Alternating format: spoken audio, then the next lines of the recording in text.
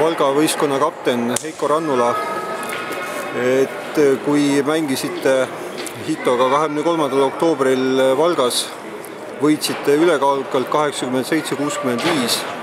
Täna tuli see võit ka, aga natukene tasakaalukam oli mäng, võitsite vist lõpuks 12 punktiga. Et mis mulje täna Hito mäng jättis? Hito poisid on tublid. Noored poisid ja muidugi natuke lühikesed poisid, aga tublid.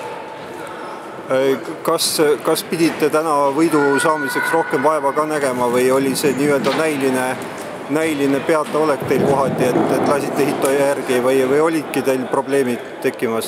No ütleme nii, et meil on uue treeneriga süsteem totaalselt erinev, et me praegu tegeleme endaga rohkem, et me teiste mänguga ei jõuagi tegeleda. Et ütleme nii, et jah, meil on raske praegu oma mängu käima saada, eks see võtabki aega.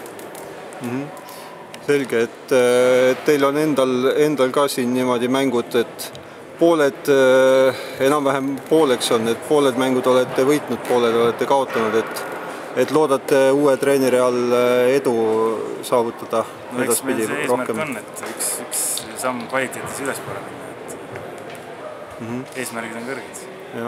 Aga veel, kui tänast mängu vaadata siin, et mis Hito mängus nagu esile tuua, et milles nad eriti head on või mida võiks ära märkida?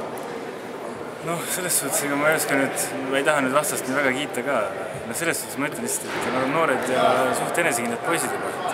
Tavaliselt noored poisid võib-olla siin väristaks rohkem, aga selles suhtes müts maha, et iga mees, kes väljakul tuleb, on juba mehest väljas.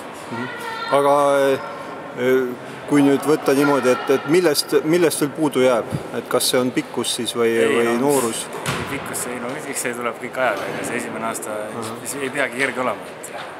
Ma arvan, nad on siiamaani isegi plaani kohaselt mängid isegi paremini. Et hakkaks suuri tegusid tegema, et selleks on vaja aega, jah? Et ega Valgal ka kohe esimese aastaga kõik pole tulnud? Kogemused ikka mängivad, ega niisama ei tule midagi.